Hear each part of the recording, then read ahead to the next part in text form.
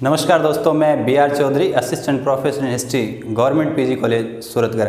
हम पढ़ रहे थे भारतीय इतिहास और भारतीय इतिहास में मध्यकालीन भारतीय इतिहास में इससे पहले की जो क्लास थी उसमें हमने गुलाम वंश का फर्स्ट पार्ट देखा था। दिल्ली सल्तनत में 5 राजवंश थे, है ना, और 5 राजवंश में पहला ही राजवंश था गुलाम वंश। गुलाम वंश का एक वीडियो मैंने पहले डाल दिया है, ये गुलाम वंश का सेकंड वीडियो है। देखिए गुलाम वंश का टाइम पीरियड है 1206 से 1290। इसमें 12-13 जितने भी सुल्तान में, ये पहले की वीडियो मैंने इन सब का नाम लिखा था और पहले की वीडियो में हम यहाँ नासिरुद्दीन महमूद तक आ गए थे और अब ये 4 सुल्तान बचे हैं जिनका आज इस सेकंड वीडियो में अपन चर्चा कर लेंगे। थोड़ा सा मैं रिवीजन करवा देता हूँ। देखिए गुलाम वंश के शासक है, याद रख लीजिए।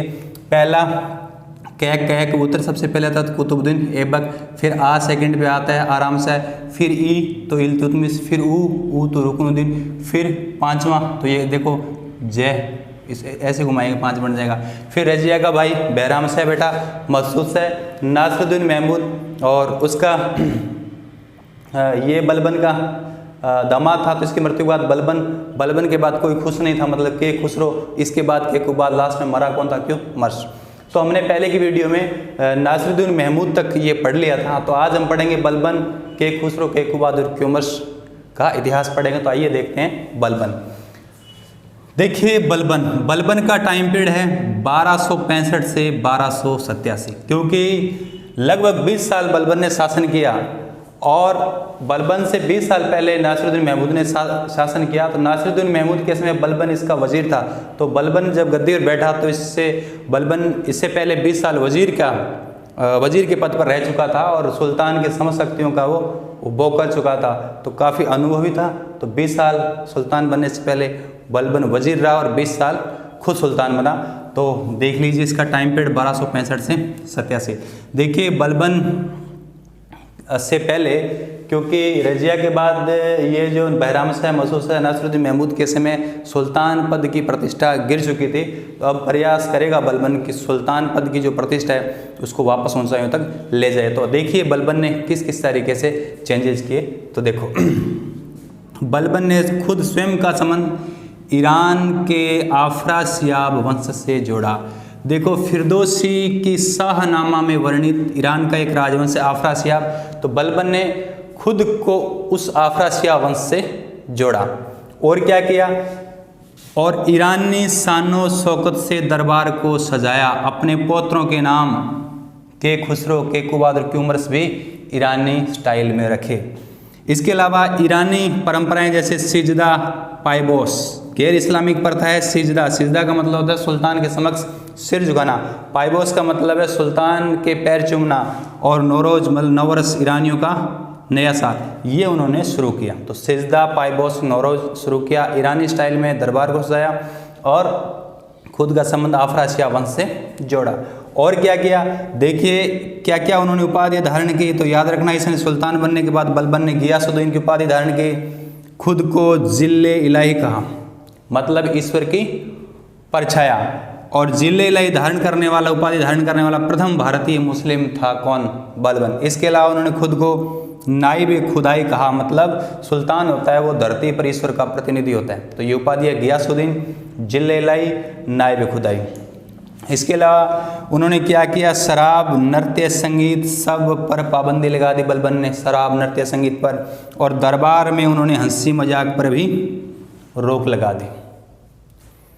इसके अलावा सबसे बड़ा इसका सलाहकार था फखरुद्दीन, और फखरुद्दीन कौन था, दिल्ली का कोतवाल। दिल्ली का कोतवाल था बलबन, जब दिल्ली की गद्दी पर बैठा था तो दिल्ली का कोतवाल था फखरुद्दीन। ठीक, वो बलबन का सबसे बड़ा सलाहकार था। बलबन के राजत्व सिद्धांत है ना किस पर आधारित है, लौह और रक्त की नीति, प्रतिष्ठा, शक्ति व न्याय पर आधारित है। तो लौह, रक्त की नीति, प्रतिष्ठा, शक्ति और न्याय आधारित बलबन का राजत्व सिद्धांत है, जिनका विस्तृत वर्णन है ना, बलबन के राजत्व सिद्धांत का विस्तृत वर्णन बनने की तारीख फिरोज शाही में मिलता है।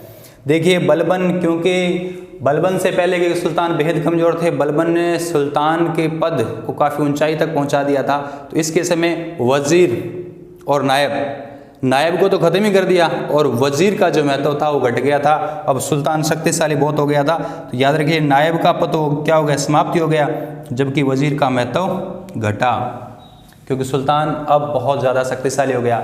अब देखिए 1279 में उन्होंने ख्वाजा नाम के अधिकारी की नियुक्ति की थी। ख्वाजा कौन था? ख्वाजा वो अधिकारी था जो इख्तेदारों पर नियंत्रण रखता था। जो प्रांत के गवर्नर, इख्तेदार का मतलब प्रांत के गवर्नर, उन पर नियंत्रण रखने वाला कौन था? ख्वाजा नाम के अधिकारी नियुक्त की थी। नेट में कई बार पूछा गया सवाल है, किसने की? बलबन ने।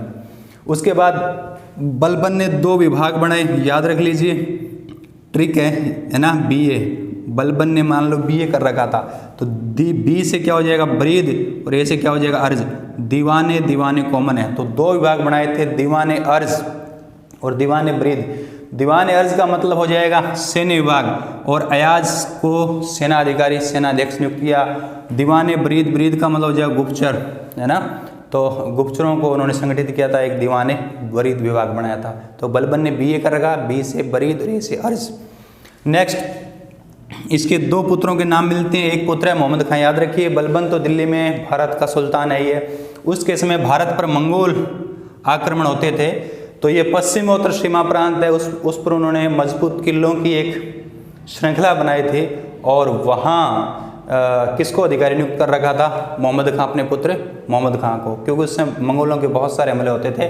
तो याद रखिए, मोहम्मद खां एक पुत्र था, दूसरे पुत्र का नाम था बुगरा खां, और ये बुगरा खां यहाँ बंगाल में, है ना, इसकी गवर्नरी करता था। तो बुगरा खां तो बंगाल में रहता था, और मोहम्मद खां पश्चिमोत्तर सीमा प्रांत में मंगोल हमलों से भारत की रक्षा करने के लिए यहाँ इसकी पोस्टिंग कर रखी थी।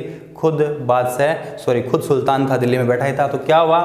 1286 में तैमूर खां, मंगोलों का हमला हुआ यहाँ, और इस हमले में कौन? मोहम्मद खां मारा गया। तो मोहम्मद खां का कब मारा जाता है? 1286 में तैमूर खां के हमले से। इस हमले के बाद ये मारा गया। मरने के बाद मोहम्मद खां को बलबन ने शहीद की उपाधि दी, और अपने पुत्र की मृत्यु पर बलबन इतना दुखी हो गया और इतना रोया, यहाँ तक कि बलबन की भी क्या हो जाती है? मृत्यु हो जाती है अगले साल का 1287 के अंदर। उसके बाद याद रखना, बुगरा खां बंगाल की, है ना, सूबेदारी से क्या रहा? संतुष्ट रहा, दिल्ली आया ही नहीं। इसके बाद बलबन की मृत्यु के बाद बलबन के पौत्र गद्दी पर बैठते हैं। लेकिन इससे पहले देख लीजिए 2-3 बातें और है। अमीर खुसरो, जिसे तूतिए हिंद, भारत का तोता कहा जाता है, और अमीर हसन दहलवी, गजल गायक, जिसे भारत का सादी कहा जाता है। तो भारत का तोता अमीर खुसरो और अमीर हसन दहलवी भारत के सादी, इन दोनों ने अपना साहित्यिक जीवन बलबन के पुत्र मोहम्मद खां के समय शुरू किया था। इन्होंने अपना साहित्यिक जीवन कब? मोहम्मद खां के समय ही क्या किया था? शुरू किया था। तो अमीर खुसरो, अमीर हसन दहलवी दोनों ने अपने साहित्यिक जीवन बलबन के पुत्र मोहम्मद खां के समय शुरू किया था। देखिए, मोहम्मद खां की 86 में मृत्यु होगी, तो 87 में बलबन की मृत्यु होगी। बलबन की मृत्यु के बाद क्योंकि एक पुत्र दूसरा बुगरा खां जो बंगाल में रहा, वही संतुष्ट रहा। इसके बाद बलबन के पुत्र के खुसरो गद्दी पर बैठा, इसकी हत्या करवा दी। फिर केकूबाद गद्दी पर बैठा, केकूबाद की भी, है ना, हत्या करवा दी। उसके बाद कौन? क्यूमर्स गद्दी पर बैठा, और क्यूमर्स लास्ट शासक है, इसका भी वध कर दिया। 1290 में जलालुद्दीन खिलजी ने इसकी हत्या कर दी, और नए वंश खिलजी वंश की क्या कर दी? नींव डाल दी, जिसे इतिहास में खिलजी क्रांति के नाम से भी जानते हैं। तो 1290 में जलालुद्दीन खिलजी ने क्यूमर्स की हत्या करके खिलजी क्रांति का सूत्रपात किया।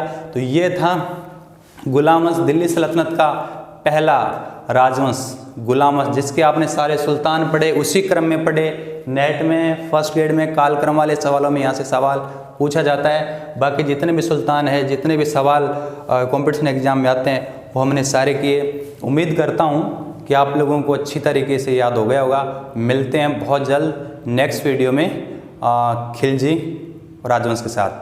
Thank you.